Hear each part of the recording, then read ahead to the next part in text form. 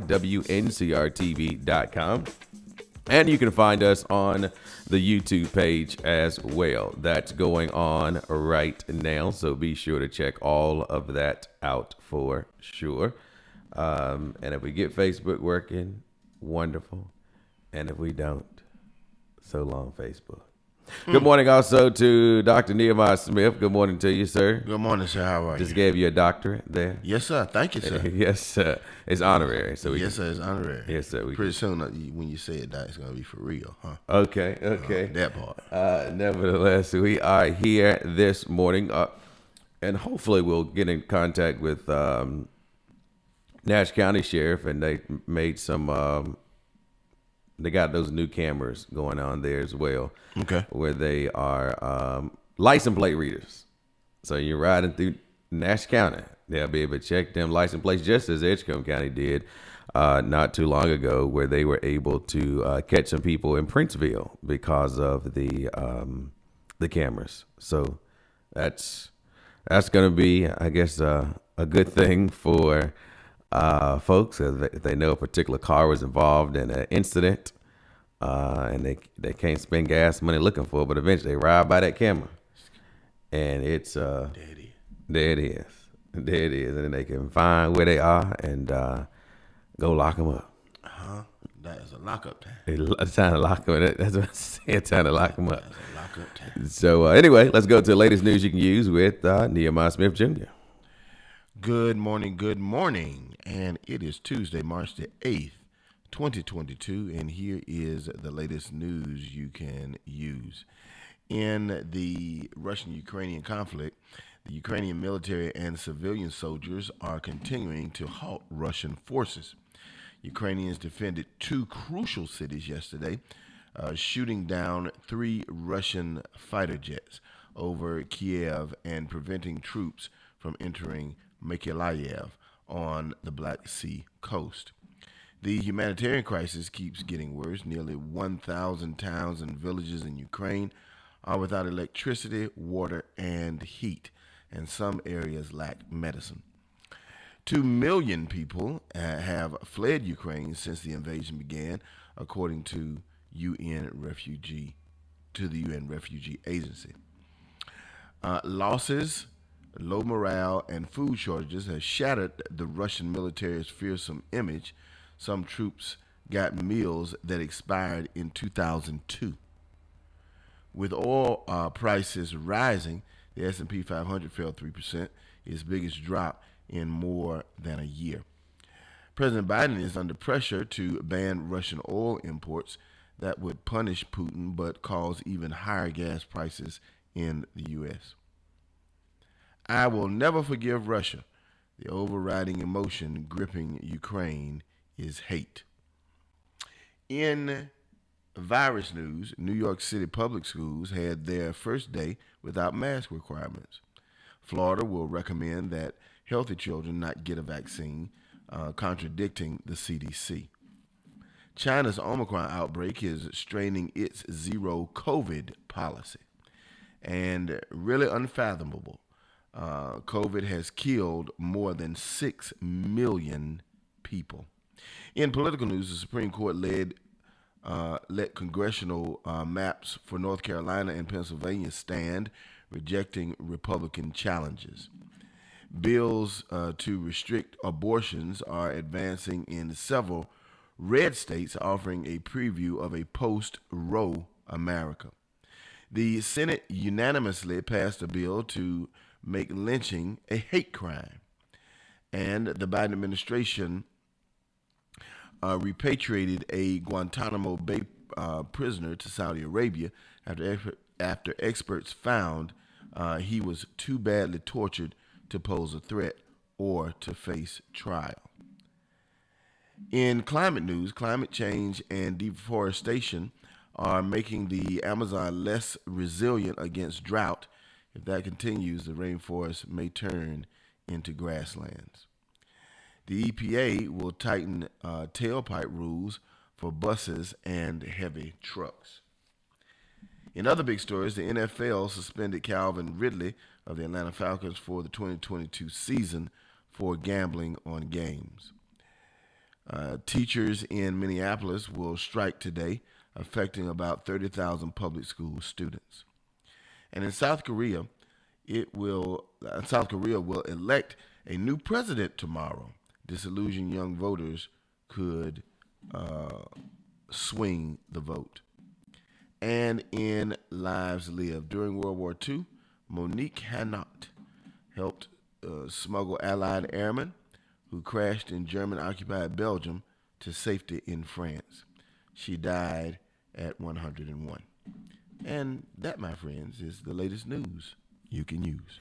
So it looks like North Carolina will perhaps pick up another congressional seat with the maps being the way that they are. But of course, that's only looking at metrics. Voting totally matters when it comes to whether or not people vote. Right. You can have all the maps in the world, but if you do not vote, you cannot. Just a map.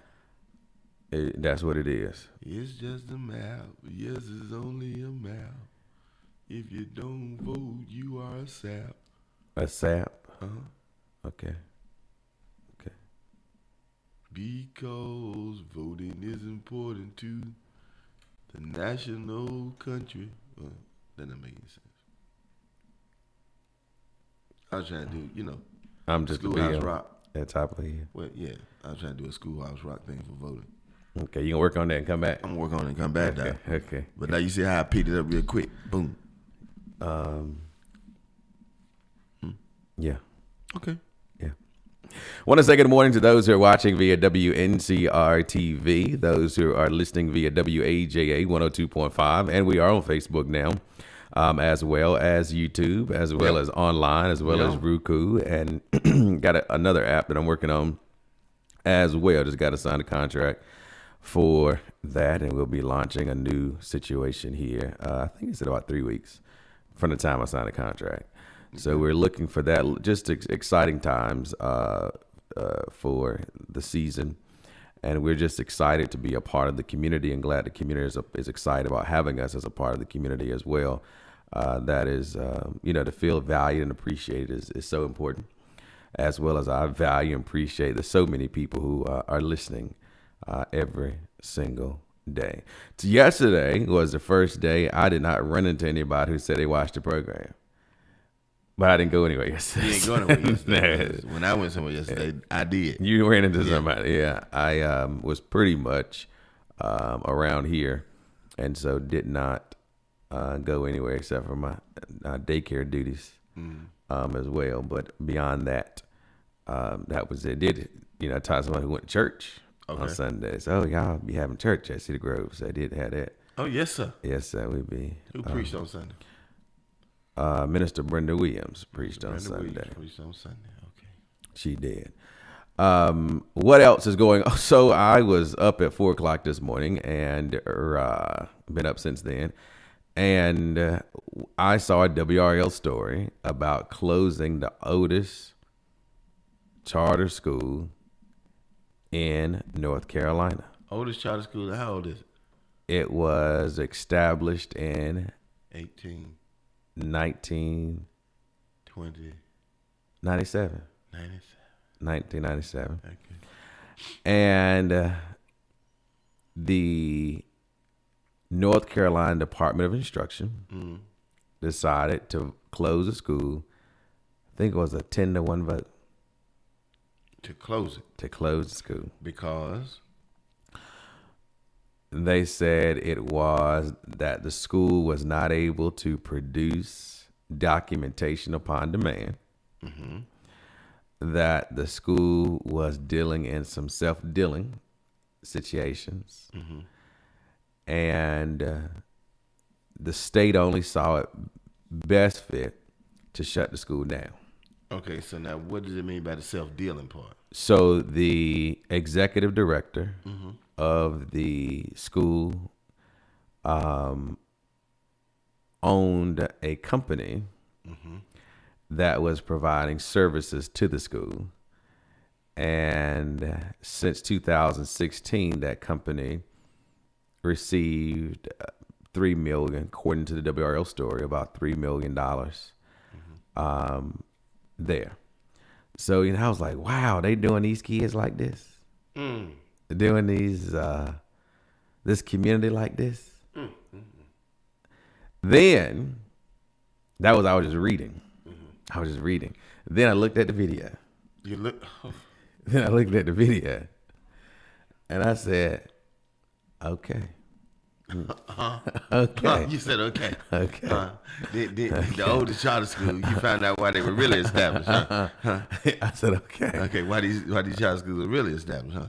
Uh-huh. So somebody get some money. That's what you saw. No, what I saw was a school that had a school performance score of C. Okay, school performance score of C. And what I saw was a school that primarily served children of color. Primarily served children of color. That was the predominantly factor in the school. Okay. The individual who was allegedly accused of self-dealing happens to be a person of color. A person of color, okay. The only person who voted no against it was actually the lieutenant governor. Was the lieutenant governor? Mark Robinson. Then I looked at the board in the State Department DPI and I said, wow, it's interesting board thing. So she said, why is it that we couldn't have some additional technical assistance, develop a plan on what are some steps the state want to see beyond just closing the school down? But oftentimes we see that certain schools get closed down. And so I said, that's interesting. Very much so. And let me see what the name of that school was. It was a very interesting situation. I was like, wow, Lieutenant Governor Mark Robinson, let me do a deeper dive. But 600 student center, a student charter school in Raleigh must close next year. The North Carolina State Board of Education voted to revoke Torchlight Academy Charter School on Thursday without discussion. The board discussed the matter in closed session on Wednesday. And so this is what it said. It said the Charter School Advisory Board recommended that the charter school be revoked for violating the state laws and regulations, including special education laws. It said violating the school's charter agreement by failing to produce documents or provide adequate oversight of the school, by failing to meet fiscal management standards, and by allowing self-serving conflicts of interest to take place. So these are the 4 bullets that they masked their head around. And they were so egregious that they must close. We can't fix this. But yet we got public school systems that meet these very metrics. And not only do they meet these metrics, but they also are D and F performing schools. Okay? So much is so that they created this innovative school district theme and plan to, be a way to bring up the academic standards of these failing schools. But when it came to this school, said, nuh-uh. It was a 10-1 vote to revoke the school's charter, the third charter that the board has revoked among Torchlight Academy schools managed in the past year. Only Lieutenant Governor Mark Robinson voted on Thursday, but the vote of covered several items unrelated to the revocation, and it's not clear which items Robinson objected to, and if it was Torchlight Academy charter revocation. Robinson did not speak during the 2-day public session of the State Board of Education this month, only casting his vote of no. Did not speak. Nope. So that was. And then I think about some of the issues that say happened at this charter school we got here in Rocky Mount. So I wonder, are they on the chopping block? Are they on the block too? To be chopped. Data shows that the school serve exclusively Black and Hispanic students, but not only, but many are more economically disadvantaged children than the state. An average of about 43.9% of students are economically disadvantaged compared to the average of 38.9%. So even in a school was deemed to have poverty-stricken issues, they're even doing better than some of the other schools. Mm. So that's interesting as well. Other findings include nearly 100 fewer students were enrolled than DPI reported. They reported to DPI. Now that mean they was taking some extra money right here now. 100 fewer students were enrolled than actually reported. However, if a student starts out and then leave, that's the same thing as any other thing. So that's kind of interesting. The purchase of more than 1,200 laptops and tablets using federal COVID stimulus funds. Not sure. Okay. Discrepancies in employees list across the schools managed by Torchlight Academy schools. Say what? Say that again? There's discrepancies in the employee list across schools managed by Torchlight Academy. Okay. What those discrepancies? I don't know. Maybe they forgot to put a period behind somebody's name, a semicolon or something. I'm not sure. That's a discrepancy. Yeah. Discrepancies in who listed as a teacher of record for a classroom with power schools and what the state found went on an official visit. Now, I wonder, was the person listed more qualified than the person that was in there? Or was it just they left and didn't change it? And this, then, third? I don't know. A high level of students' absence this year. Oh, wow, really? That's COVID. A high level of students absent this year. Yeah, a high level of students absent now, man. Come on. Pandemic. Y'all supposed to be in school. If it was an outbreak, you're supposed to be here.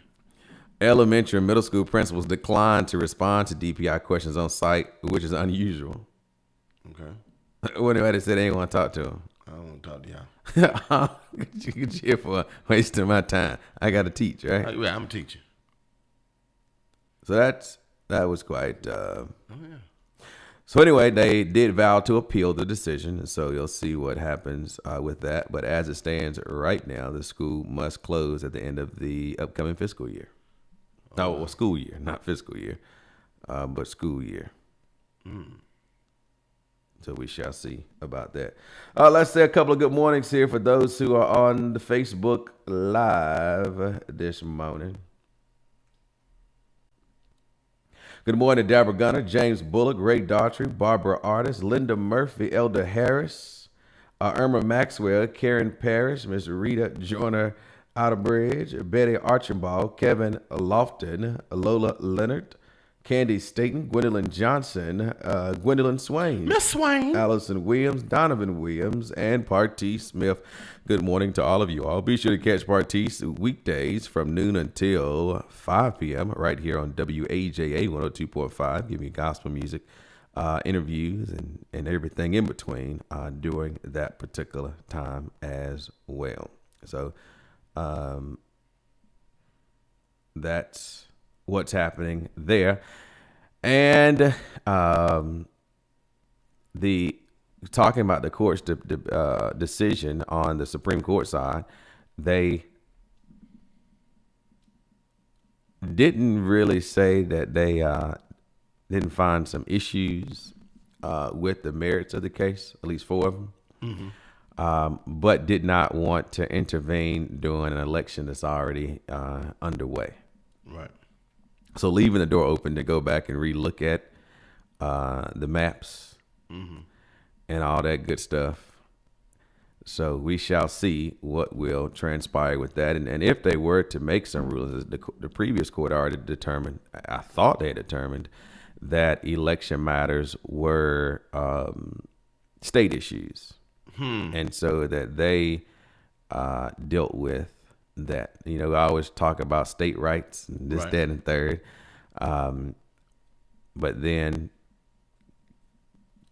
we'll go back and be like, what state rights? Similar to talking about let the local government control this, that, and third, and then go back. No, we want more state oversight.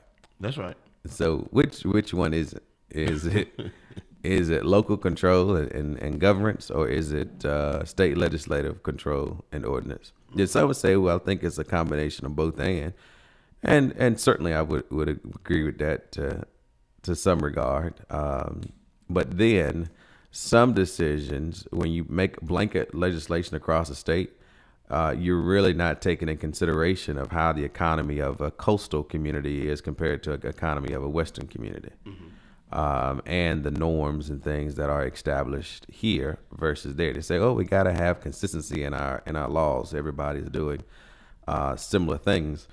And I think you actually make yourself less globally competitive.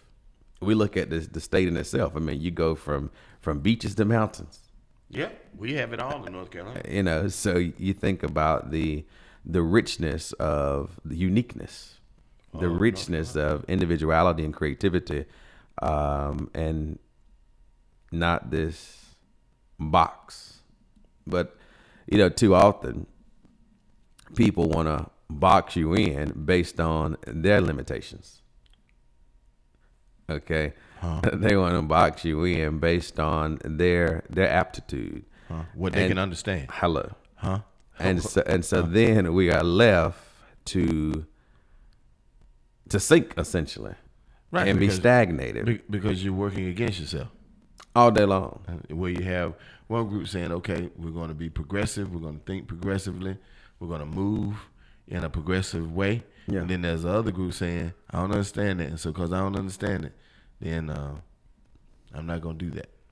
And then you got this whole piece of progressive. Oh, I'm not progressive. Right. You don't want to move forward because if you're not progressive, everybody that's living is progressive. Or they stop growing, stop living, stop breathing. They dead. They're dead. So everybody's progressive. But we got these. Oh, that's associated with this group of people. Yeah. And so, I ain't with that progressive man. Say what now? You're not with growth and moving from where you want to where you're going, or can go.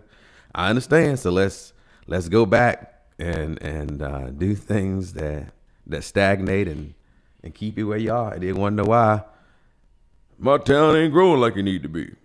This is happening in my city. Yeah. Hey, caller. Good morning. You on the air. Brothermans, how y'all doing? Doing well. That's good. Look, y'all was talking about education earlier, and it was in February the 24th of 2020 when the Edgecombe County, I guess, realized, the joint meeting with the school board, when they realized all 5 of those schools on the Edgecombe County side of Rocky Mount were F-performing schools. And I guess that would have been based on the 2019 performance. And I just wondering, would there be any way of knowing what the last 2 years, I guess it would be 20 and 21, what their rating would be? And I understand that they got the retreat on the 21st of March out at the Kingsborough Agriculture Center, and they're supposed to be giving an update. And I understand they had a committee meeting on March the 1st, and I just wonder, y'all know of anybody that may be on that committee. But it'd just be good if could get some feedback maybe prior to the retreat so that people attending the retreat will have be in a position to maybe ask some more intelligent questions. Okay. I think probably the most critical thing that can happen in Edgecombe County, particularly Edgecombe Rocky Mount, in the next 3 or 4 years. Gotcha. But I understand they had a meeting on March the 1st with the committee, but I don't know, and y'all might very well be on the committee, so I don't want to offend you all, but were either one of y'all on the committee? I'm not. Neither, man. Okay. Okay then, brother. All right, take care. All right. Anyway, so talking a few minutes ago that Edgecombe County, but Edgecombe County has as well. But the Nash County, they did an article, a press release just yesterday, in regards to Stone. Sheriff Stone. How you doing, sir? I'm doing fine, Bronson. How are you doing this morning? Good. Yes, good. sir. You know, one thing we like sheriff. about Sheriff Stone and Sheriff Accident is that we're able to call you and you pick up the telephone. At any time, Doc, and will accommodate. They're the high Well, sheriff, you know, Doc, but I've they ain't always too high. taken pride in that. Oh, I love And that's one of the things. You're a customer servant, so be accessible to the customers. Absolutely. Now you have done things since you've been the sheriff of Nash County, but one thing you've added to your tools and resources is a new camera system. Right. We just now implementing it at a bigger scale. Okay. We have worked with some companies to get these in areas where we think that will help combat crime.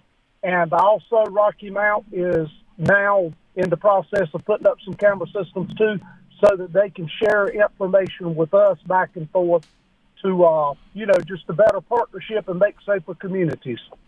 Absolutely. And so you're talking about is relationships between the counties and the cities, they're critical, right? If you've not got a partnership, you don't have anything. And that's what I value so much about Edgecombe County. We have the best relationship, and I've been here since 1987, and new officers that were back in both counties from the 60s, and we have the strongest relationship ever. I talk to my colleague every day there. I talk to the Wilson sheriff quite often, and we've got a very good tri-county partnership, and I think it's making a demonstrated difference in the community. Now, oftentimes we see pages like Fighting Crime and other things in our community who highlight criminal activity. What are you thinking or know to be the big issues and how do we solve them? Well, if the public sees something, say something. Mm-hmm. And, we've got to work together to solve these problems. We can't hide it, act like something's not going on when it is. Mm-hmm. We've had a few murders here recently. We've had shootings. What I see is we got a problem with young people with guns doing criminal activity. And it don't take but about 1% of them to affect our whole communities. And that's one of the things my office is focused on is gangs, guns, and drugs. And we're serious about it. And I know that these other counties are serious with it, too, and we're working together to try to make safer communities. I know at one time you were, of course, you got the jail. How's that project going and upgrading the jail and things that I saw with my own eyes were some serious issues inside that building? Well, one of the things that I'm very disappointed in is I don't mind putting a gang person or a gun smuggler in jail, Mm-hmm. but I want him in a condition where that we can possibly rehab him, Okay. and I want it safe for my detention officers. Mm-hmm. And that existing jail was good when it was a Barney Fife type operation, and you didn't have the gang people that were running up and down the roads. Things have changed in the last 10, 15 years, Mm-hmm. and you've got some serious people. And we just had one last weekend there that had 4 attempts of escape and had killed a prison guard in 2014. Wow. Oh, boy. You don't put those type of people in the environment of open environments where people that are coming in spending weekends for child support, or they're or the ones that are out here doing some misdemeanor and didn't have the money to pay a fine, putting them in here with career criminals. Absolutely. Absolutely. And you spend time also with your department working, I guess, on I-95 as well. We are. We just had an event yesterday where we got a large seizure of drugs, cocaine coming into our community here. Wow. One of the record numbers of it. I was just in federal court yesterday in Elizabeth City where we're trying a guy that had fentanyl and heroin and was carrying it, trafficking it, and was a career criminal. What we're after is the bad actors. Mm-hmm. We're not out here trying to focus on the small things to make a number. I got you. My saying in the office is, does it make a difference? If it makes a difference, let's get out there and do it. If it don't, let's find something that makes a difference. Let's be serious about what we do. Absolutely. How is recruitment for you with the agency? Well, one of the things the community's got to be behind us. Myself and my colleague in Edgecombe County are about 20% paid behind Rocky Mount Police Department, Wilson Police Department. I know they've got several openings in Rocky Mount. I have, I think, 2 openings. I have several in the jail, but the layout of this jail that the commissioners decided on is going to take 25 more correctional officers to run that detention facility. And unless we increase the pay and in benefits for these officers and these detention officers, you're not going to find 25 people. Mm-hmm. I often say, the public says, we want an officer with good de-escalation skills, good communication skills, and very professional. Well, you got to pay somebody to do that. You just can't go get the run-of-the-mill person. You got to find a professional to do that. So we got to look at paying professional, and we're in that budget time now, and I'm urging the public to reach out to your commissioners and say, hey, we want to be able to pay our officers to have professional officers. And one thing you're a big component of, too, is training, right? I've seen some of your deputies, some of everywhere, getting training. They are. I would say we've got one of the most trained officers in North Carolina. We send them to the best to get training. Why would you want to invest all this money in training them, and then they leave to go to Wilson Police Department and make 20-25% more money right there at the start? I can't blame them. I'm sure their family would blame them if they don't go over there and do that. You know, times are tough. You're paying $4 and $5 a gallon of gas. Milk's higher than it's ever been. You know, people's got to take care of their families. That's right. Sheriff, beyond the programs that you have for, looking at stifling crime, what prevention programs are you involved in, or does your department have in working with communities and working with young people to prevent them from even having to see you on that level? Well, we've got the DARE program, which has been around. A lot of counties have did away with that, but we still have that. I think the presence of a law enforcement officer in front of young people does a lot. Our SRO program is very strong. I would like to get it into the middle schools so that we have an officer in every school to help mold that child coming along. But it takes a special officer to work those areas, because you've got to have somebody that's good at dealing with kids, and you've got to have somebody that has those abilities to be a teacher and a law enforcement officer. We're very strong in the community. If you see us all the time in the community with doing different projects from Halloween to Christmas to summer programs, just trying to be in the face of kids, showing kids that, hey, this is what law and order is. We're here for you.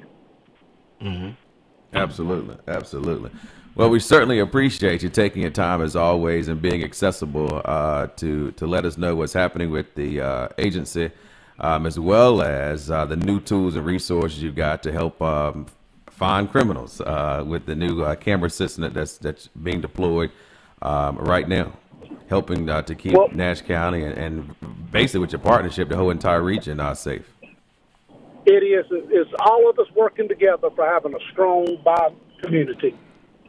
Well, thank you so much. Thank you, and thank you. All right, take care.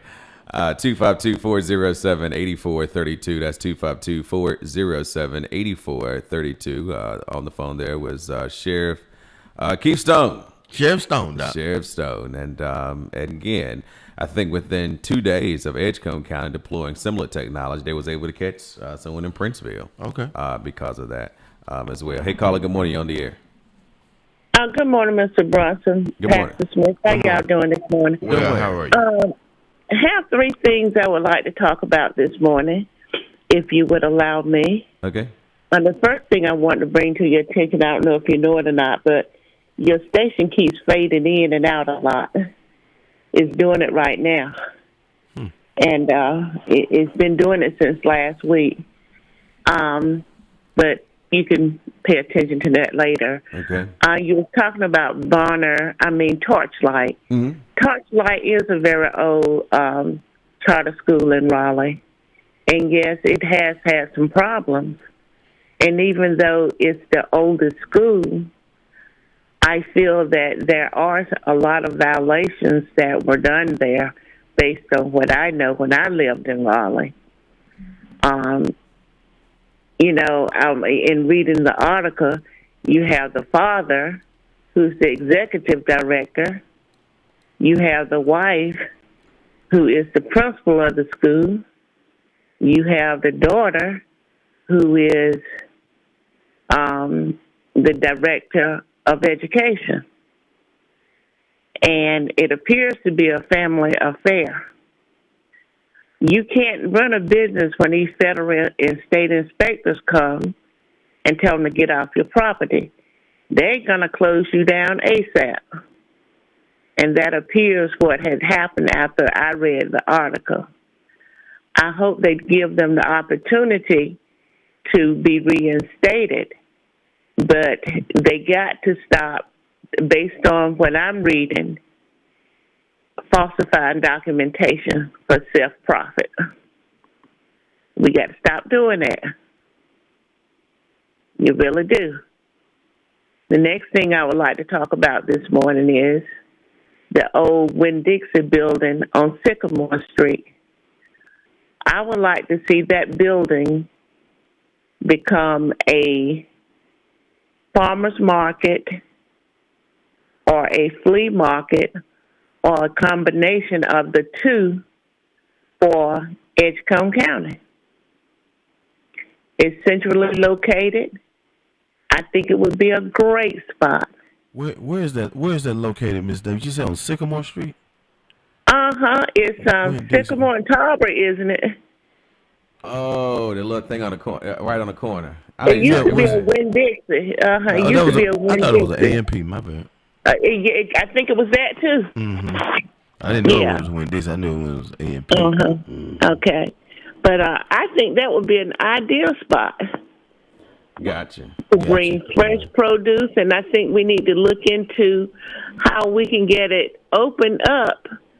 It's been sitting vacant for so long, and it would clean that area up too.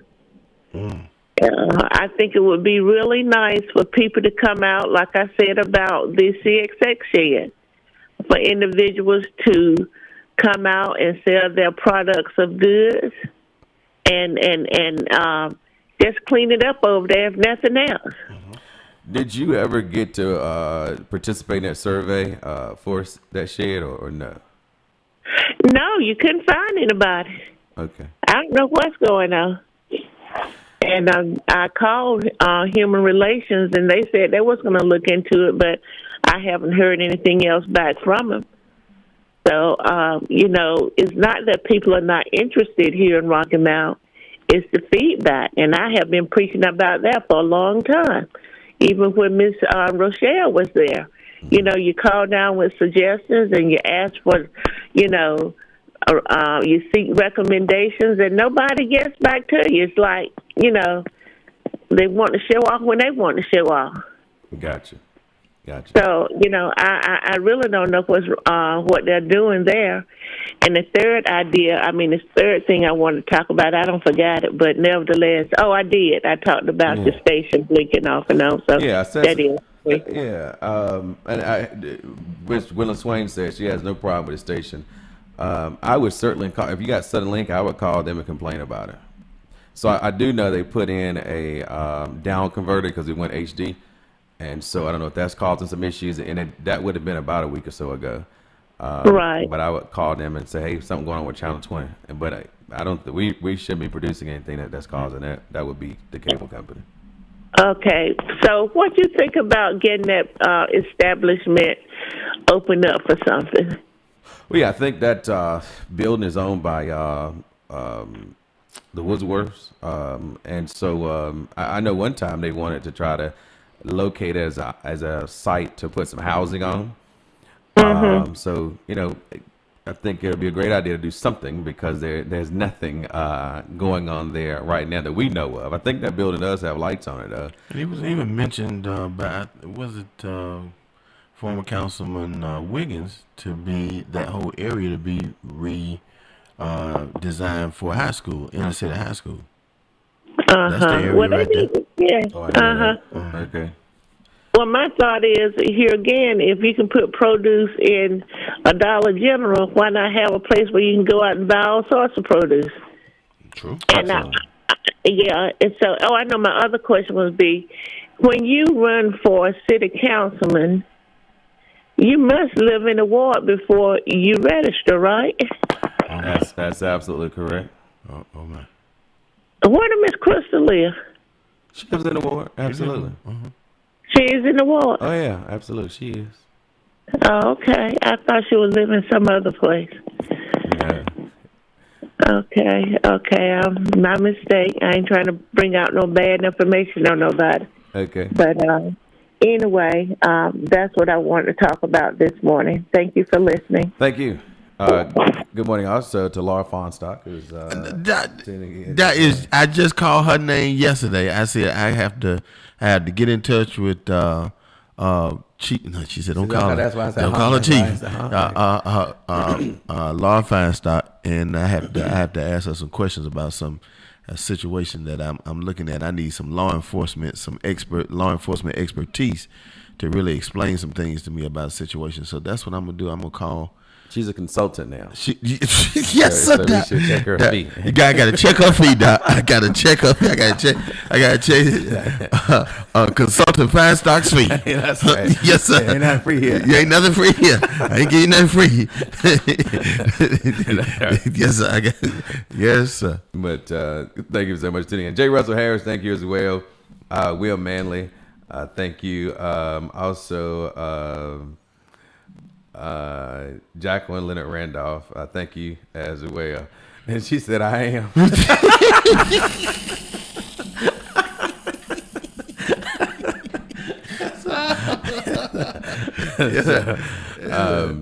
Anyway, so what time is it? It's you gotta work. You got ready for we gonna get ready for the word of the day. Okay, and we'll good. be ready. All right, it's 16 minutes past 8 o'clock hour this morning. Talking about that area, close to it is supposed to be where those 50 units supposed to go. Don't they supposed to start in March? Mm-hmm. March or May or Something April, like that. sometime or another. So hopefully all of that will turn around. And sometimes when you start seeing development happening in communities, then they start trickling to the next block. Right. Because nobody don't want anything until you start doing something. What about that part?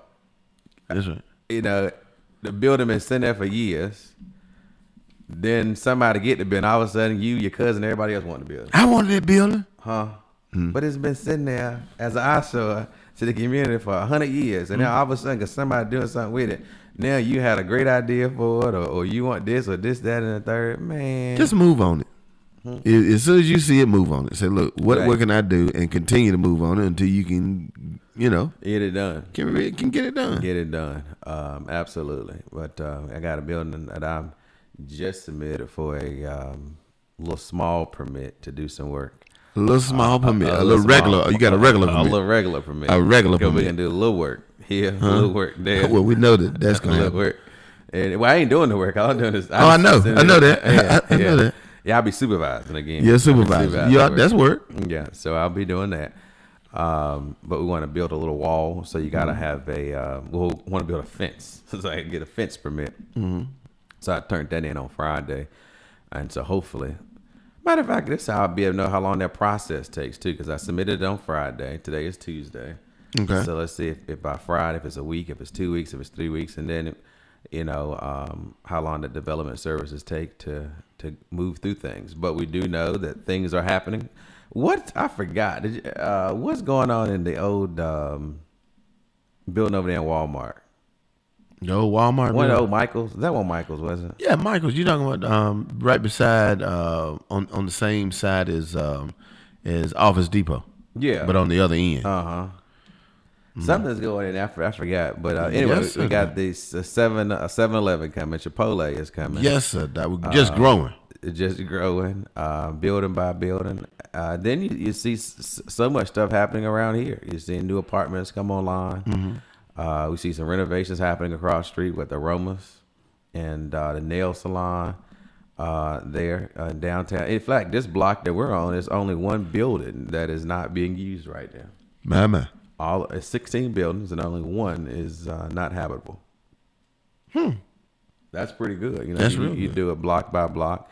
until you get it done. You know, I was talking to somebody, you know, it was, as I was on break the other day, sitting on the bench, taking a picture. Yes, sir. And you having your lunch? No, I didn't have lunch. It was a lunchless break, but I didn't exert that much energy to need some food. Okay. Well, I tell you. Anyway, I said, you know, for me, I appreciate downtown. It's quiet. It is calm and this, that, and the third. And I started thinking about when all these buildings come online, you ain't gonna have that no more. No, sir. It's going to be busy. It's going to be like it was back in the day. So I'm like, so I'm appreciating the moment now.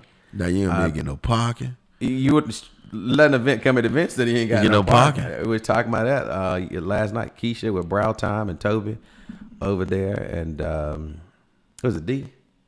D's I was talking about how, you know, one thing I think that didn't think about either is there are businesses that open up on Saturdays. Right. And so, you know, you got the event center having events, but then their customers got to park here, there, or say, I'll see you next time because I ain't about to walk that far. Right. And so, you know. Parking deck. Or, you know, you have some reserved parking right here. So, I said. Then you can make some more money because if you parking at reserved parking. And get towed. Get it towed. So it's a scam. No, it is. Hey, if you know the park on reserve, you don't park until there. It's called obedience and listening and reading and comprehension. That's what it's called. I can't read. If you can't read, don't drive. Oh, wait a minute, Doc. What? That's discrimination. If you can't read, you got to be able to know what the sign wrote. If I know that's why signs are certain colors.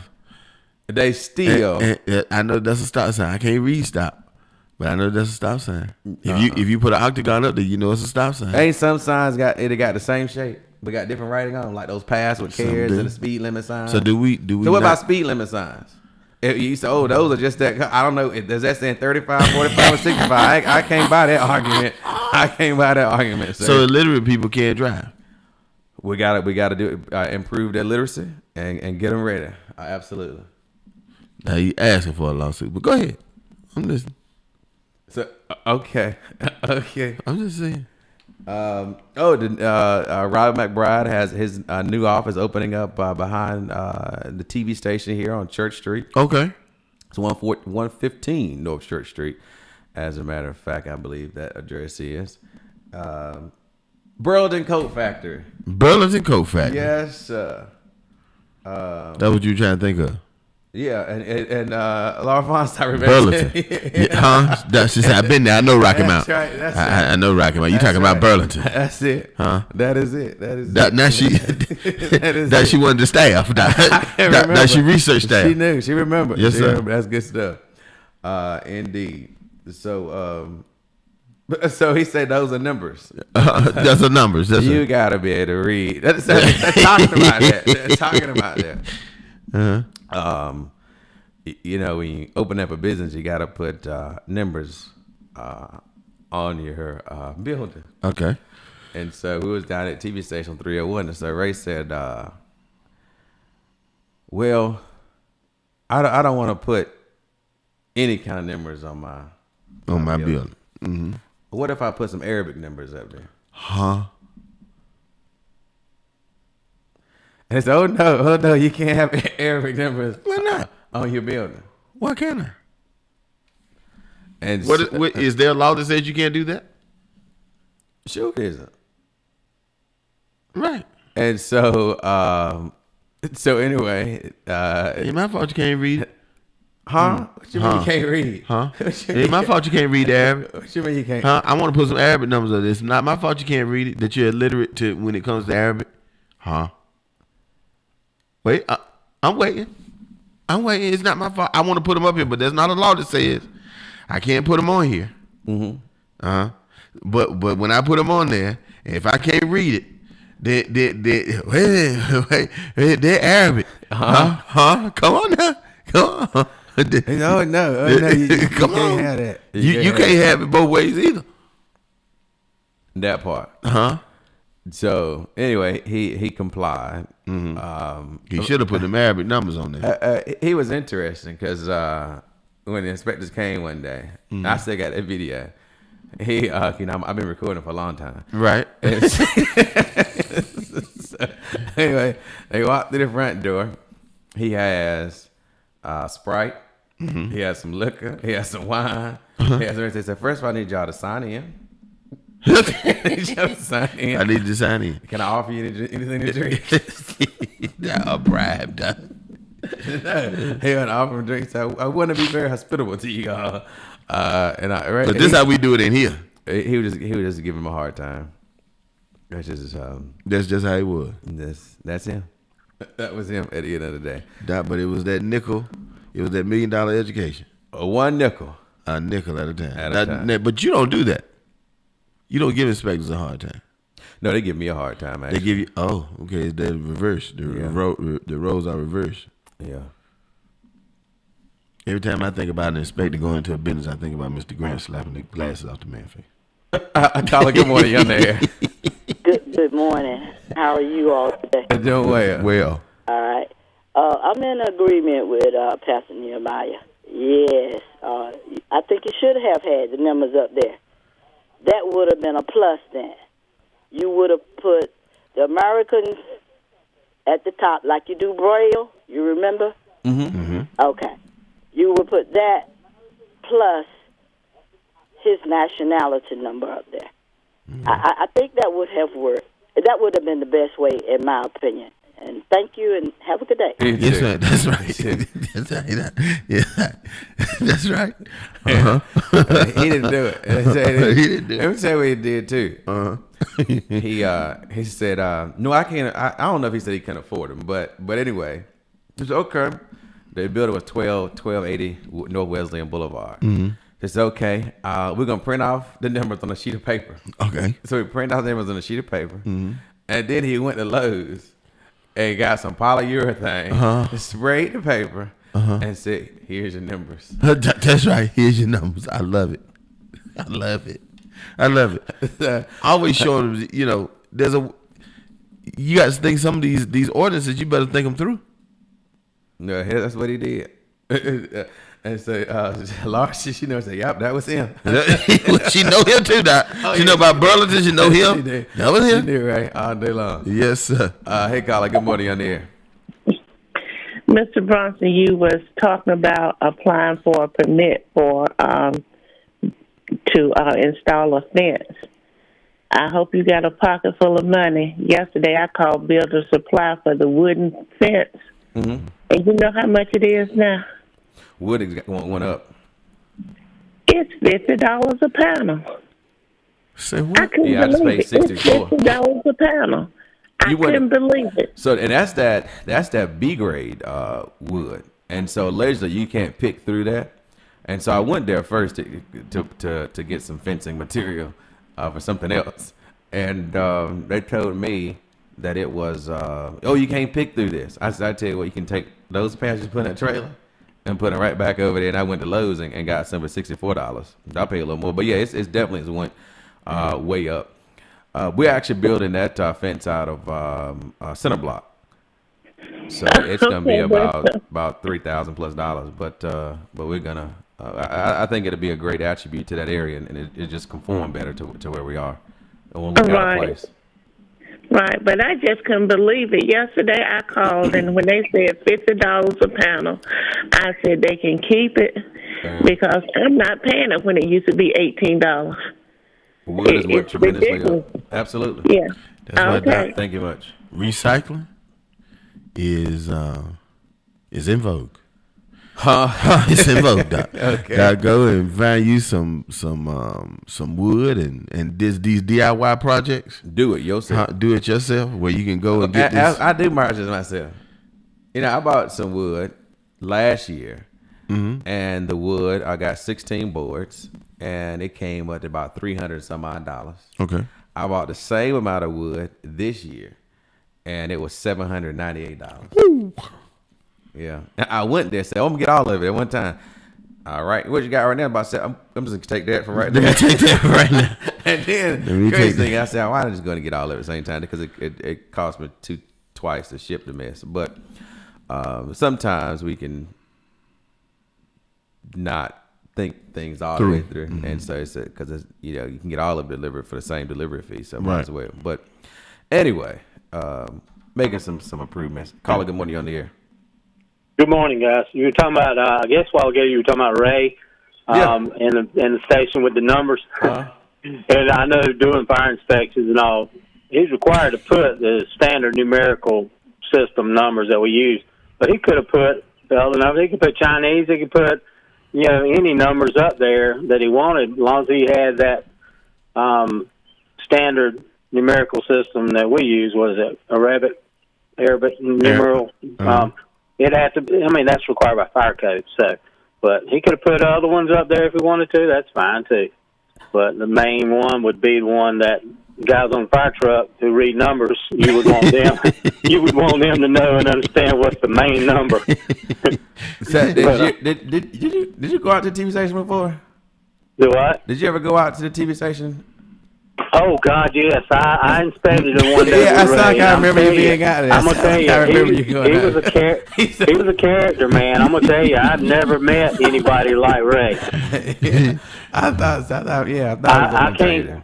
I don't want to talk about somebody that's dead and gone, but you know how he was. Oh yeah, he's a little bit eccentric out there, man. I tell you on some things, well, and. But I left that inspection. I never been around somebody on an inspection quite like him. Well, I can tell you, we used to prepare for people to come. He showed me one thing, but I'm sure you probably saw it. It was like a power strip, but the cover was off, wires were exposed, all that. And I said, you got to cover this up. This has got to be covered back up. Well, he said, this is a testing agent. That's right. Testing equipment. And I'm saying, well, it's got exposed wiring, and it don't need to be exposed. But he said, well, I didn't put this here. My brother put it here. He was saying, no, I didn't. So I have to get permission from him to do anything to it. Right. I'm like, that's right. Okay. I'm going to tell you, I didn't think his brother really existed. I thought it was like maybe the Easter Bunny or a magic hoppy or something that was in his imagination. And then Carter come popping out with it, right? But you know what? I did find out that his brother did exist. It was like Santa Claus and the M&M's commercial. They do exist. They do exist. He does exist. That dude, Ray was, bless his heart, Ray was out there, man. I'm telling you. He was. Indeed.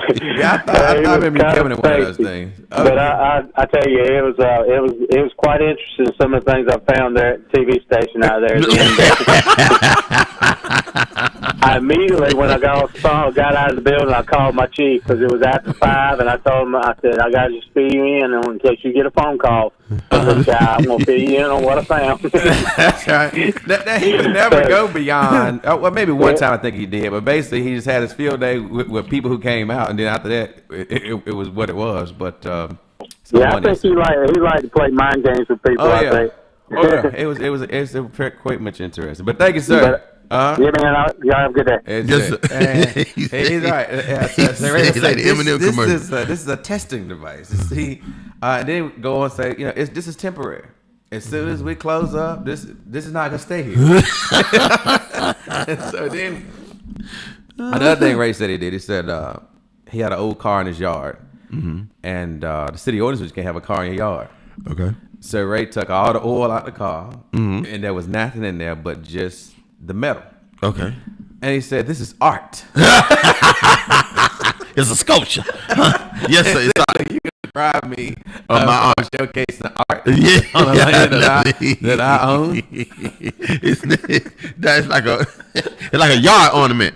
It's a yard ornament. Yeah. So it was quite interesting. Now the thing I noted that Ray did have a hard time with was the police department. He had an issue with the police department one time because John Carlton lives there, his brother. Allegedly, there was a charge that said he was charged with firing a firearm inside the city limits, and Carlton didn't have no gun, scared of guns, don't want them around him. And so he went all in one day about that whole incident. Went in on Peter Varney, all of Yes, sir. So Peter Varney know him too. Oh yeah, Peter know. It was crazy. Yeah, it was crazy, and he's one of a kind. I like it. Unique. Yes, smart as I don't know what. Smart as and Carlton was too. Mm-hmm. Carlton actually was a licensed psychologist. Oh, okay. And so he worked for years for the North Carolina Department of Correction. So for some of the death row inmates and all that kind of stuff, he would do psych evals on them and all that kind of stuff. But and of course Ray, he went to law school and went. Of course he was his dad did magic and all that kind of stuff. So he was a trained hypnosis. Okay. So he knew how to do that as well, and so he was a trained hypnotist. Hypnotist, actually. I thought of athlete, but since you want to correct that, you're right. Yes, sir. Anyway, so one day he had trained somebody, hypnotized somebody to only call, this is his story. I'm not even know if this is factual because some of the stuff you got to. Crazy thing is the stuff that Ray would say, you would. He said, this can't be true. Then somebody would come and validate his story like it did happen. Yeah. But he said in school one day at Rocky Mount Senior High, he had trained a person to only call the teacher by their first names. And so he got in trouble for that. And him and her would run around. They was high school friends, all that kind of stuff. But the stories that he had was crazy. And somehow or another, him and Penn Starler, she passed away a couple years ago too. They ended up in the White House.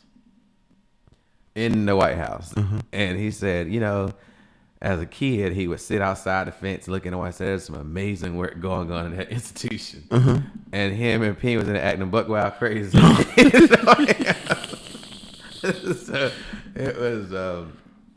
it was crazy.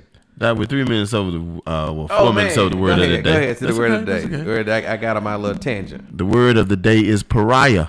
Pariah, Pariah, pariah. It is a noun.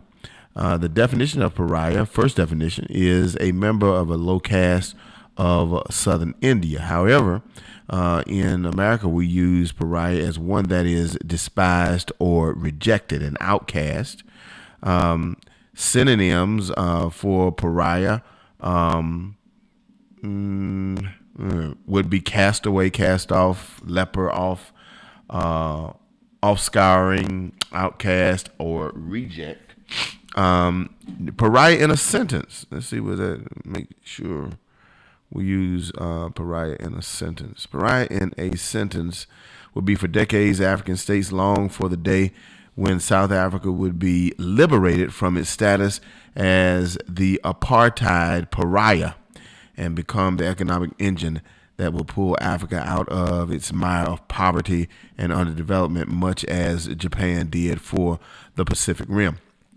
And so we know that, of course, in context, for many years, because of apartheid, South Africa was a pariah. It was rejected. I think Reebok came from South Africa, and they were even shunned as the shoe company. So yeah, pariah is the word for today. Well, thank you, sir. Thank you, sir. Thank you, sir. Indeed. A lot of people are no longer doing business in Russia. That's right. Russia has become a pariah. How you got it? On the world stage, it has become a pariah on the world stage. Yes. And companies, I think Visa, MasterCard, or something like that, is making it that their cards won't work over there. Yep.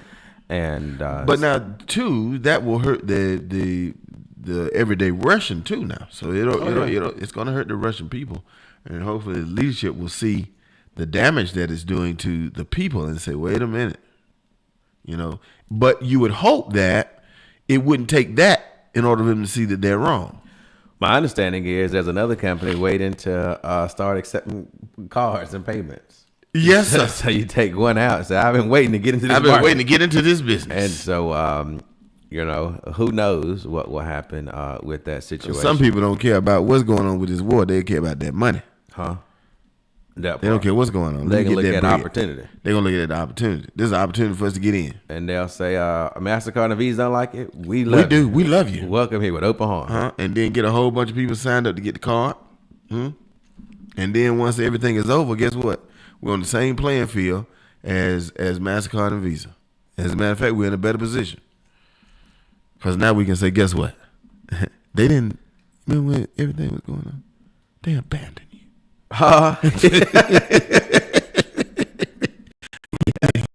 They abandoned you. They abandoned you, but we've been here all along. Now do one of them whispering commercials.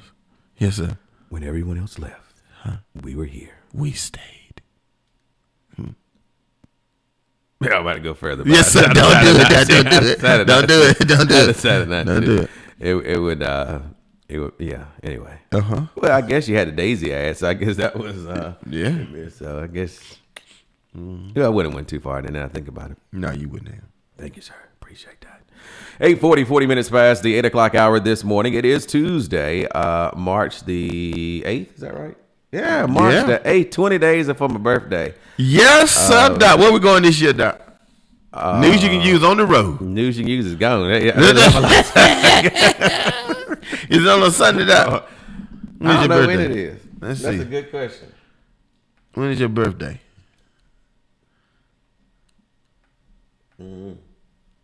This thing don't work. Doc, well, let me look it up. It's a Monday. It's a Monday, Doc. It's a Monday. So you'll be here. It's the last Monday of the month. I'll be here. We're receiving our gifts for the whole 2 hours. Yes, sir. So be sure to mark your calendars to come on this way on that day. Yes, sir. Birthday. Let me see when my birthday is. Hold on. That's too far away. No, it ain't. Will we be on the air today? Yes, sir. That's in the middle of the week. It's on Soup Kitchen Day. Oh, so we'll. I'm going to do it. It's a day of service. That for me. Every Wednesday. Every Wednesday, day of service. So, we got Bronson's birthday coming up on the, we got that coming up on the 20th. Is it 28th, right now? 28th. We got that coming up on the 28th. We're going to do a surprise birthday party for him. We're going to do a surprise birthday on the 28th. So, y'all don't tell nobody. Don't tell nobody. I'm telling y'all right now, we're gonna do a surprise. We're gonna do a surprise birthday party for him. We're gonna have Common Sense. We're gonna have Mr. Billy Ray James. We're gonna have Miss Alice Davis. We're gonna have Mr. Roosevelt Higgs, Reverend Higgs on here. Doc. We're just gonna have a day of celebration for Bronson Williams on the 28th. Now, y'all make sure y'all don't tell him. Okay, I'm just telling y'all, but don't y'all tell him. So, we have a lot of other stuff going on. We have, I know that at Mount Zion, we're getting ready to do Feed the City Spring Edition. It's going to be a spring festival, and we're going to have, it's going to be a great day because we're going to have a college fair.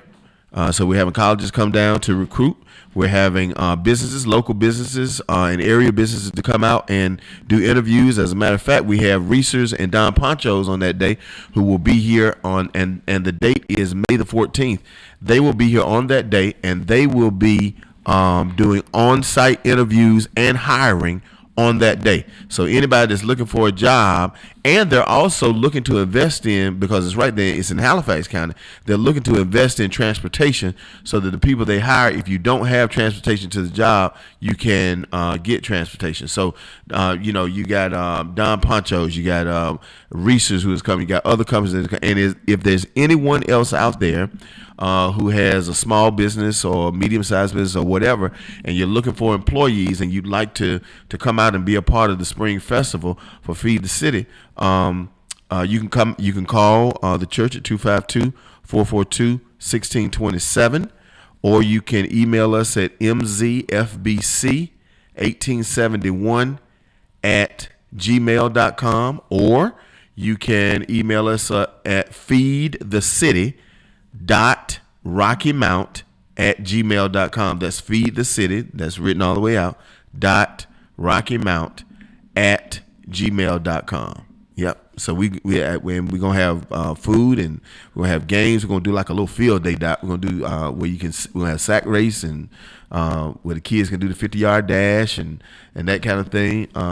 We didn't want to do the bouncers because of, the COVID and all that kind of stuff. Okay. But we just open air stuff that we can do. We'll of course have food, and I think we're serving hot dogs and stuff like that on that day, at like picnic food. And then we're doing Is spaghetti picnic food? No, ain't no picnic food. It's picnic food if certain people involved. I know in the African American community, any food is picnic food. If you bring it, I thought I saw a cartoon or something. They had a picnic. They had spaghetti. I don't know, maybe so. I'm sure you can bring in a container, put it in the basket, and then serve. Yeah. But it's gonna be a great day that day. Oh yeah, we're giving away clothing. We're gonna have clothing for people that are in need. We're doing the little care bags, what we're calling blessing bags, that have toiletries in it and things like that for people that are in need of that may be homeless or that just may be in need. Period.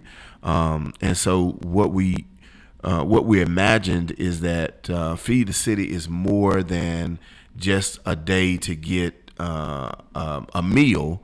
We want to deal with the whole person, and so there are people that need employment, there are people that need all types of things, resources. We'll have some. What time is that event? That event it starts at 11. It's from 11 to 5 p.m. on that day. So that is also the last day of early voting. It is, and so if you already gonna be downtown at the library, correct. You're just in a hop's throw away. Yes, sir. From stone's throw away. Yeah, hop throw too. How do you hop throw? I don't know. It sound right when I said it. So we stone's throw. We want to just keep it. We just want to keep a stone. It running. We can hop a little far too. You don't throw, but you don't throw a hop. You don't throw a hop. You throw a stone. A stone's throw. Stone's throw. That is yes, sir. Yes, that sir. is the colloquial term that you're looking sir. for. A phrase that you're looking for. Thank you, sir. Now, You're what? I went to the Ray Lipsett School. The Ray Lipsett School, just difficult. No, what? Nah, I get it. I get it. I'm about to make that a little more complicated. No, I get it now. I get it why you are the way you are. I get it now. Why you are the way. No. I think that it should be the. Oh, okay. That's Lipsett. Lipsett lives on. Yes, sir. He lives on in you. Yes, sir. He lives on in him. Because this could be a difficult. Brother. So sorry. Say something and get in trouble. A difficult brother here. Yes, I want to sir. say a happy early birthday. It's tomorrow, as a matter of fact, I guess, because tomorrow's Wednesday. So Commissioner Viola Harris' birthday is Happy tomorrow. birthday. Carla, good morning on the air. Good morning, gentlemen. Good morning. Good morning. Brother Nehemiah, Brother Smith, how you doing this morning? I'm well, sir. I would like to give my opinion on something, if I could, if you would allow me. Oh, sure. Go ahead. And if I'm correct, and Brother Nehemiah and Brother Bronson, please correct me if I'm wrong. I came to Rocky Mountain in 2003. I came back in 2003. When I came back, Angela Bryant was the city councilman for Ward 4, I believe, and then Lois Watkins took her seat. Had her seat after Angela Bryant went on to the state senate, to the state house. Mm-hmm. But during that time, I remember there was a big push in our city amongst African American community to get a majority black city council. They wanted a black city council because the things that was going on in the city what they were feeling was detrimental to the black community. Change was going to the black community. I came here. I had gotten involved. Women like, God bless her, Miss Elaine Tyson, Marcel Hines. Mm-hmm. That's how I got involved with Andre Knight's campaign, and also with Reverend Walker through Ebenezer Baptist Church, and things of that nature. What it seems like has been forgotten as I listen to different broadcasts, it seems like the people in the city are forgetting what we fought for almost 20 years ago. it's like they're giving up on the people that we put in power, and they're forgetting what we was fighting for or what was being fought for. Because we got people of our own people positioning and arguing and different things against one, if it be Ruben, if it be Andre, if it be TJ, if it be Richard Joyner. We got to maintain the power in this city for ourselves, at least in a leadership position, because we know that other people don't have our best interest in essence. When that event center was built, it was a big fight for it to not come on this side of town, because you know why? Because white people didn't want to have to come on the black side of town to entertain themselves. They didn't want to come on this side of the track. They didn't want to. And plus, there was nowhere to spend money. Okay, yeah, and now they're working on building a parking garage over there at the event center. But we got to see what's going on here. We got to support our city council, because there's things that got to happen. Anytime you talk about a community, you got to talk about the economic base of a community, the economic viability of a community. First of all, in our community inside Rocky Mount, what businesses around really sustain our community? People got to drive 30 and 45 minutes damn near just to have jobs to come home every day. When I'm working my job that I'm on short-term disability for, I drive 20 minutes. I drive to Tarboro every day. There's nothing inside of the city limits of Rocky Mount as far as work to sustain the community. But people with all these opinions about what's going on in Rocky Mount, their jobs are in places like Nashville, Tarboro, and other places. Inside of the city of Rocky Mount, we have to support the city council. I don't care because I don't agree with everything everybody on the city council does. But I know what the plan was 20 years ago, and it's still the same plan that I understand. I know what the plan was. And I'm wondering if we're on the same plan. And if we're not, somebody please enlighten me. These people fought hard to get the majority of that city council to maintain power for our people. Now, you got people that are complaining about what's going on in our community, what's the name. I said before on this very station, we got to get back a sense of community in our community. That's the first thing. It's a lot of these churches that's in our community that don't mean to do. We so holy that we don't know no God. We know godly good. We so holy that we know godly good. Because anytime you got people that can't, we so holy that we know earthly good is the term I meant to say.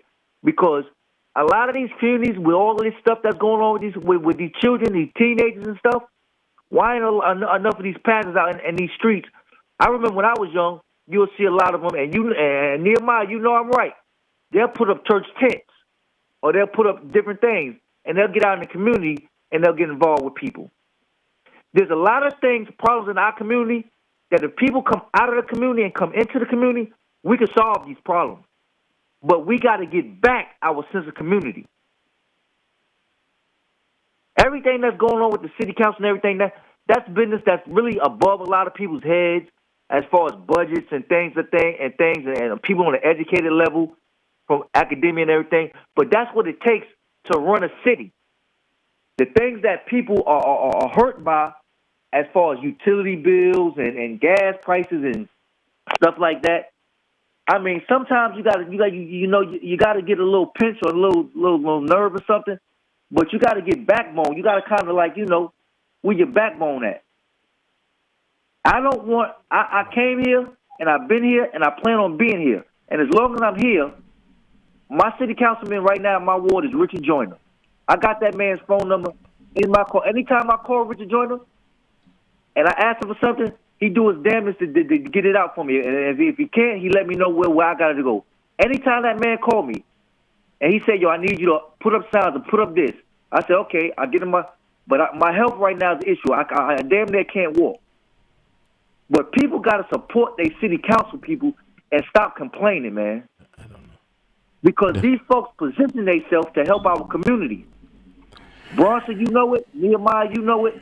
And I'm tired of people complaining. I'm not saying that these people are perfect, but damn it, help them instead of be part of the solution instead of part of the problem.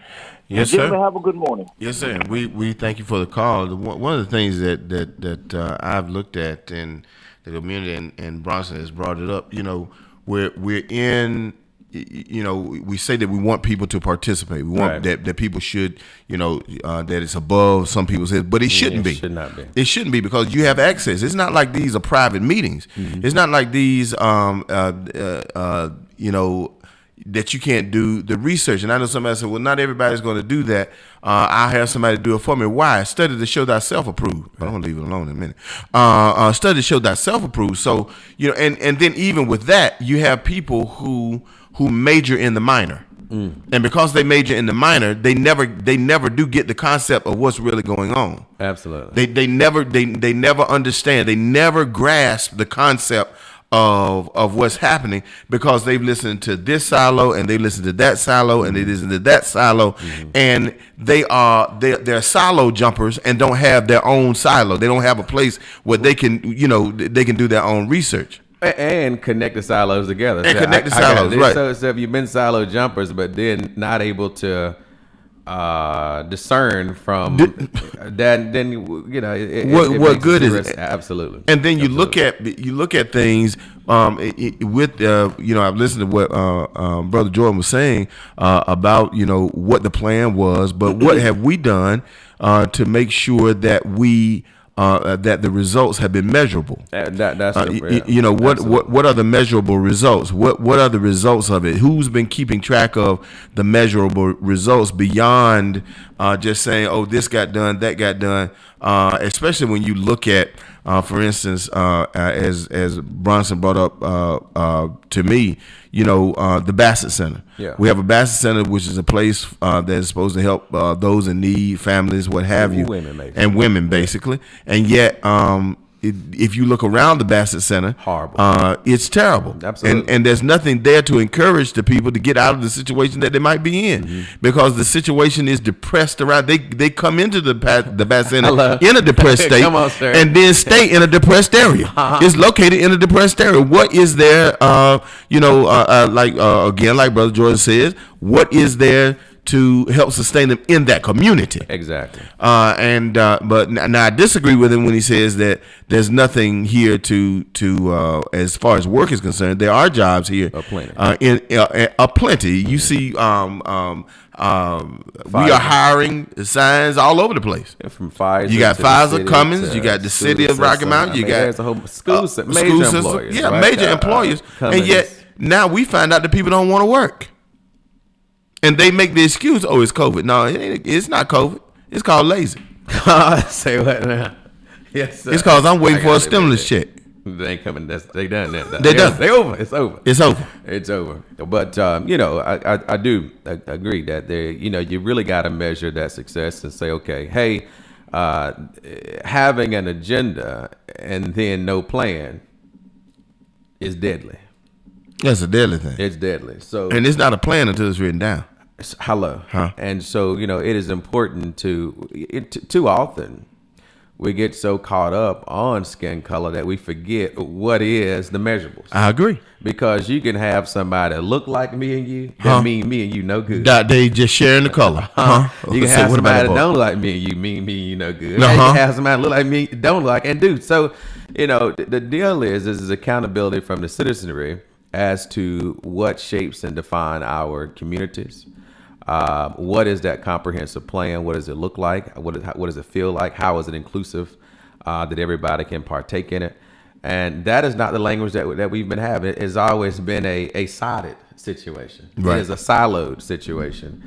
And that is horrible because that's what created the conditions that we're in right now. Silo thinkers historically. That said, we're going to do all this for Nash and nothing for Edgecombe. Mm-hmm. That's siloed positioning, right? Mm-hmm. 30 seconds, caller. Yes, sir. I wanted to agree with Pastor Smith. That area over there where the Bassett Center is needs a lot of help. Mm-hmm. I got tangled up in there, and I'm going to tell you the truth. Trying to get out of there, I was so afraid. It really does need some help. It may be a building to assist people. However, you need to do some work over there. Thank you. Clearly. Again, that was our conversation last night downtown, talking about that and the Judicial Center. Yes, sir. The Judicial Center needs to come downtown. All day long. And so there's a whole bunch of stuff that we've got to do, because for years it was not done. That's right. It's just that simple. But anyway, our time has come and gone. We will see you tomorrow morning at 7:30 to do it all over again. It's WNCR Now. I will see you. Make it a fantastic Tuesday. Pollen-free day. Pollen. Oh, my Lord. Jesus. So.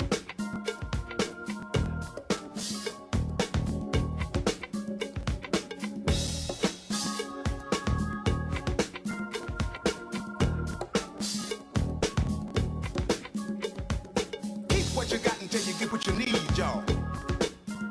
Use promo code.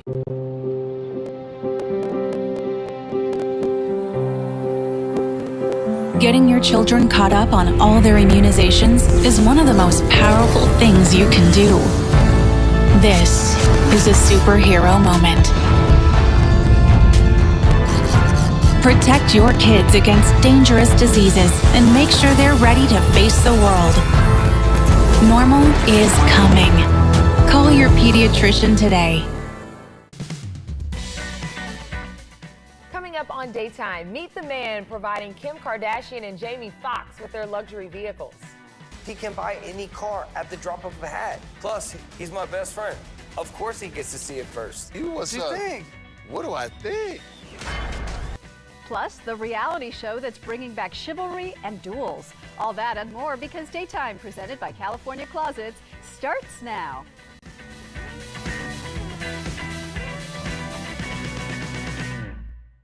Welcome to Daytime, presented by California Closets. I'm Farron Hipp. I'm Maggie Rodriguez. Thank you for joining us. It is day 2 for Farron, and we're still in that getting to know you phase, very much so. So I thought it would be fun to ask each other some getting to know you questions. So you ready for the first one? I'm excited, yes. All right, tell us, where did you grow up?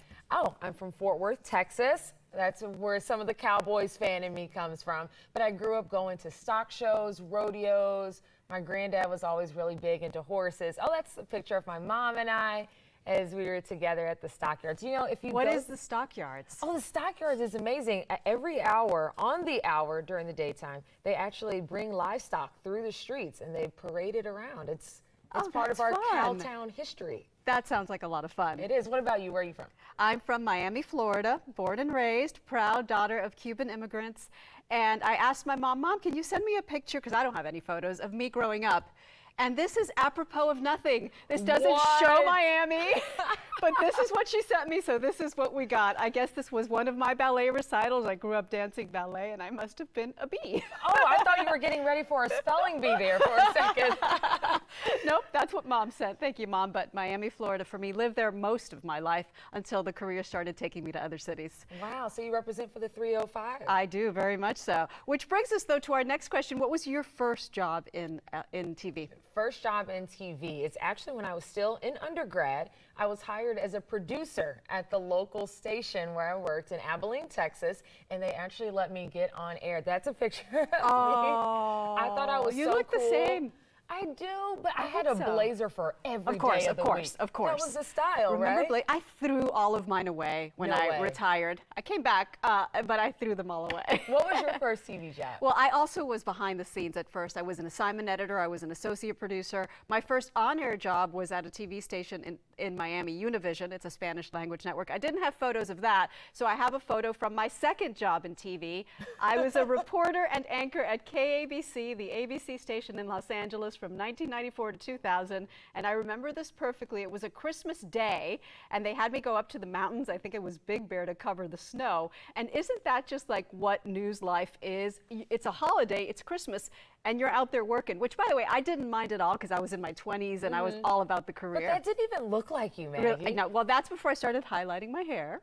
That's my black hair. That's my real hair. Well, I mean, I love this look, but wow, it's so crazy to see. Yeah. Did you get really active with all your scenes and stuff like that? I did. I loved it. I loved being in the field. All right, question number 3. What do you like to do on weekends? On weekends, okay, Sunday is my absolute favorite day of the week. Not only because there's football for half of the year when you are talking about Sundays, but I love going to church in the morning. There's something about just setting your week off right, and I just get this happy, holistic feel when I go to church. What about you on the Same weekends? place on the Sunday mornings. They always start at church, 9 a.m. Mass, the family. It's one of my happy places as well. My other happy place on a weekend is the beach. You will always find the Rodriguezes when the weather is right at some beach somewhere. Have you discovered any beaches here yet? No, but I need to. What's the best beach around here? I'll fill you in. Oh, that's a loaded question. So many. We like Paso Grill just because the parking is really easy, but I'll give you a complete rundown of all the beaches. Okay. All right, one more quick question. What do we have in common? We had to talk about this one ahead of time,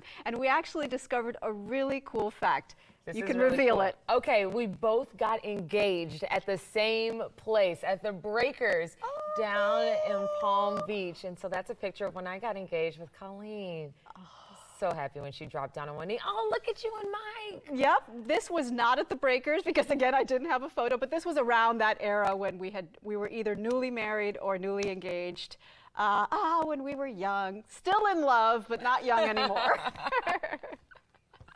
That was fun. That was a lot of fun. And I love the things that we have in common there, too. Yeah, and we're just starting to discover them. I'm sure we'll figure out more. Absolutely, we will. And in today's world of endless dating apps and swipes to find Mr. and Mrs. Right, speaking of finding our right person, right? A new romance reality show takes us back to the olden days of courting. It is called The Courtship. It is set, if you can picture this, on the hills of the English countryside, and it travels back in time to follow one woman and her 16 suitors in their quest for true love. Once upon a time, modern dating, it's not working. A young woman began a quest for true love. We're in a fairy tale. You've been transported back in time. Can the old ways of courtship lead to new romance? More etiquette and being proper and chivalry. I'm loving this. A journey where swiping is out and courting is in. I hear the thunder of 19th century booties. Wait, booties? They're gorgeous. I don't even know how to explain it. Nicole Remy joins us now. Nicole, how are you? I'm doing great. You know, it's always funny to hear that back and relive that experience that I had through the trailer. It's fun. Every time I watch those movies or those shows like Bridgerton, I'm like, I wish I could be in that movie or that show. And just to dress up like that, And you too. were. What was it like? I know, you know, I think that too. It's, you watch a movie and you fall in love with the characters and the setting and you want to become a part of that fantasy. And I was fortunate enough and blessed to have this experience where I got to live out a real life Jane Austen novel. It was amazing. I mean, we had the beautiful backdrop of Castle Howard, rolling hills, lakes, beautiful costumes, and just all the finishes to go with it that really just made it feel authentic and magical. Well, the backdrop is absolutely gorgeous, not including the men that you're around as well. But what made you want to take this approach to dating? Definitely. I feel like modern dating for me just hasn't worked. I think a lot of us are on apps, dating apps, and I've been on them too. And it's tough because you're swiping and you're superficially looking at characteristics of somebody without really getting to know them. And in that moment, deciding whether or not you want to even give them a chance. So I feel like, and especially too, we have to think about, we're in a pandemic right now and things are more difficult as well to meet somebody. And so I was able to meet people in an environment that fostered deep connections because we just really took things to a very simple romantic time. And I'm grateful for that because it hasn't been easy in modern world, but I feel like this fantasy world that was created for me, I really think that it was the kind of environment that people should consider, you know, for their own dating life. Watching the clips, I see that we do have glimpses of the modern you in there because unlike these women in the olden days, you weren't just sitting there watching the men do all the activities. We saw you shooting an arrow, so you got into it as well.